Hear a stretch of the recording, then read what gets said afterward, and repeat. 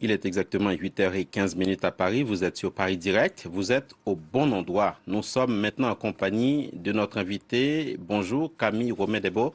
Bonjour. Vous êtes directrice générale de Vision du Monde et avec vous, nous allons passer en revue aujourd'hui la situation des enfants soldats dans le monde. La journée internationale qui leur est consacrée, c'est ce 12 février.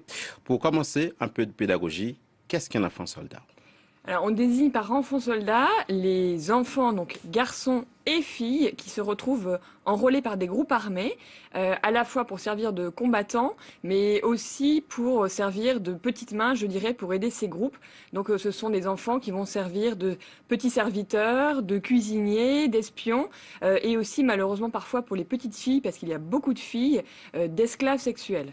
On va revenir sur la situation des filles tout à l'heure, mais déjà sur ces enfants, il serait 300 000 dans le monde. Quel est leur profil? Qu'est-ce qu'on sait d'eux?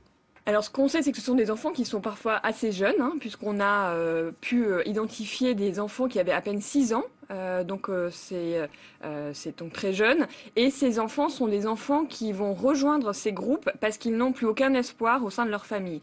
Donc, ils vont être attirés par les promesses fallacieuses que font les groupes armés, des promesses d'éducation, mais promesses aussi de pouvoir être logés, de dormir au chaud et de manger. Donc, c'est des enfants qui vont être sortis de leur environnement familial et utilisés pendant des mois, voire des années, au service de ces groupes armés. Ce sont plutôt des enfants pauvres. Alors, ils sont déployés, entre guillemets, sur le théâtre de quel conflit? Où les trouve-t-on? Alors, on trouve malheureusement des enfants soldats essentiellement dans les conflits qui vont durer, des conflits à l'intérieur des pays. Et vous le disiez, oui, c'est la pauvreté en fait qui va pousser ces enfants à rejoindre ces groupes armés. Ce sont les conséquences de la guerre qui vont venir en fait empêcher les agriculteurs de pouvoir avoir leur récolte, qui vont venir fermer les écoles, détruire les hôpitaux. Et cette pauvreté extrême va pousser ces enfants qui vont parfois rejoindre d'eux-mêmes ou poussés même par leur famille, les groupes armés. On parle de quel pays? Alors, on parle de nombreux pays, hein. On parle de la République démocratique du Congo, on parle de la Somalie, on parle du Nigeria. Malheureusement, la liste est longue. Dit autrement, et sans vouloir donner des idées à quiconque, pourquoi recruter des enfants? Parce que les enfants sont encore très malléables. Les enfants peuvent être forcés, en plus quand on leur donne de la drogue, parce que beaucoup d'anciens enfants soldats racontent avoir été drogués. On va leur faire faire des choses que personne ne veut faire. Et les enfants sont aussi parfois très discrets. Donc quand on va leur confier un rôle de petit espion, par exemple, un enfant est plus inaperçu qu'un adulte. Il y a aussi la situation de ces enfants qui se retrouvent, par exemple, être en position de bombe humaine. On va y revenir aussi. Alors, en 2002, Camille Debo, le protocole facultatif à la Convention relative aux droits de l'enfant concernant la participation des enfants dans les conflits armés est entré en vigueur. Ce protocole, on lui reproche une certaine ambiguïté parce que on pourrait enrôler les enfants de moins de 18 ans. Déjà, quel est le bilan de ce protocole? Alors, on sait qu'il y a quand même eu, on peut quand même se féliciter qu'il y ait des démarches dans ce sens pour protéger les enfants. Aujourd'hui, il y a effectivement encore une cinquantaine de pays qui n'ont pas ratifié ce protocole, mais chez Vision du Monde et dans le secteur associatif, on considère que ce genre de démarche va quand même dans le bon sens. C'est-à-dire qu'il y a une interpellation des gouvernements à prendre soin de leurs propres enfants. Même si, alors ça va dans le bon sens, même si on peut recruter à partir de 15 ans, parce que c'est ce que dit le protocole, d'où l'ambiguïté. D'où l'ambiguïté. Moins de 18 ans, les enfants restent des enfants. Donc effectivement, il y a encore des progrès à faire. On parle des combattants, Mm. on parle aussi des enfants victimes de ces conflits. Qu'est-ce que vous, à Vision du Monde, vous faites comme travail pour ces enfants-là?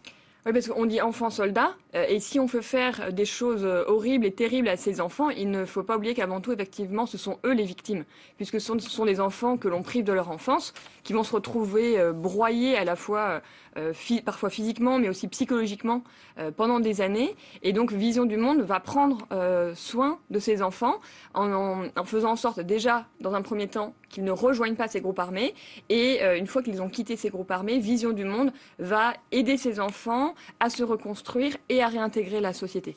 Donc, quand on dit se reconstruire, on parle de réinsertion, évidemment.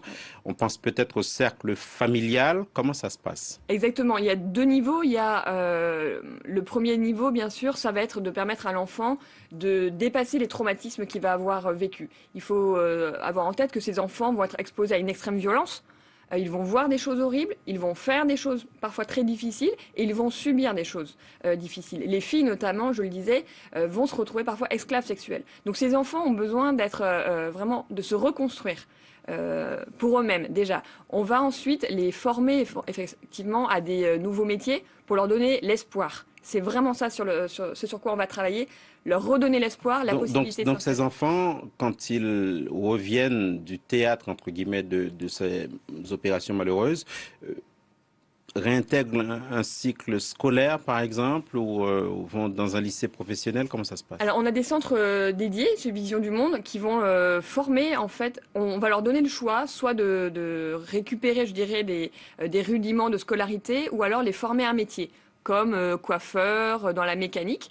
Et on va même, à la fin de ce parcours qui dure en général 1 an, pouvoir leur donner un petit coup de pouce financier.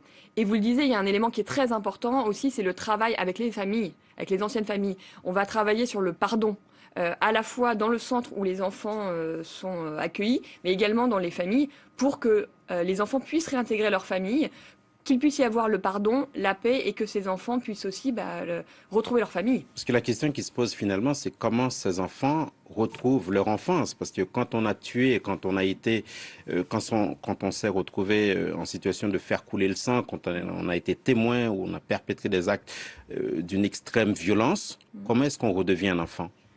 C'est long, c'est très long, ça prend du temps. Donc on a des spécialistes qui vont aider à faire ce chemin de réparation du cœur et de l'âme.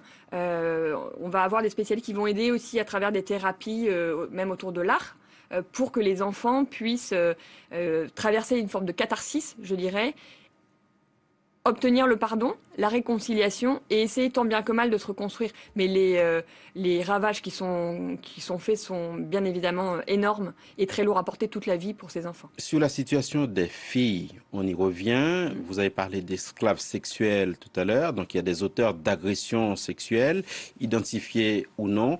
Qu'est-ce qui arrive, par exemple, aux auteurs de ces exactions, de ces horreurs? Alors les filles vont se retrouver effectivement esclaves sexuelles. On a également des cas réguliers de petites filles qui vont être mariées de force aux chefs ou à des hommes de ces groupes armés qui sont malheureusement pas toujours rattrapés par la justice. Euh, Donc, de ce point de vue-là, il y a une sorte de vide. Ceux qui enrôlent des enfants, par exemple, et qui participent à des exactions qui peuvent participer de crimes contre l'humanité, ces gens restent absolument impunis. Alors pas toujours, on l'a vu récemment dans les informations. J'ai plus le nom de famille de cet ancien enfant soldat Dominique qui s'est retrouvé, qui a été arrêté.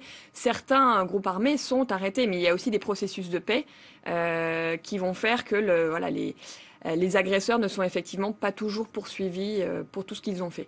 Donc aujourd'hui, c'est la journée internationale consacrée aux enfants soldats. Est-ce que vous avez un message pour cette occasion? Et si oui, quel est-il et à qui est-il adressé? Ouais.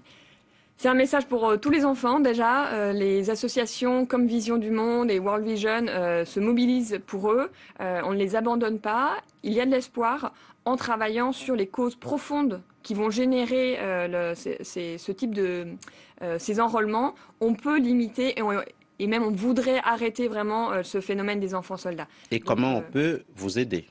alors vous pouvez soutenir l'association, vous pouvez soutenir Vision du Monde, vous pouvez soutenir tous les acteurs qui se mobilisent pour protéger les enfants. Et ils sont nombreux. Donc voilà, mobilisons-nous pour les enfants aujourd'hui. Merci beaucoup, Camille Romain-Desvaux, d'être venue jusqu'à nous, directrice générale de Vision du Monde. C'était l'invité de Paris Direct. Restez surtout sur nos chaînes, ne bougez pas, on se retrouve dans quelques instants.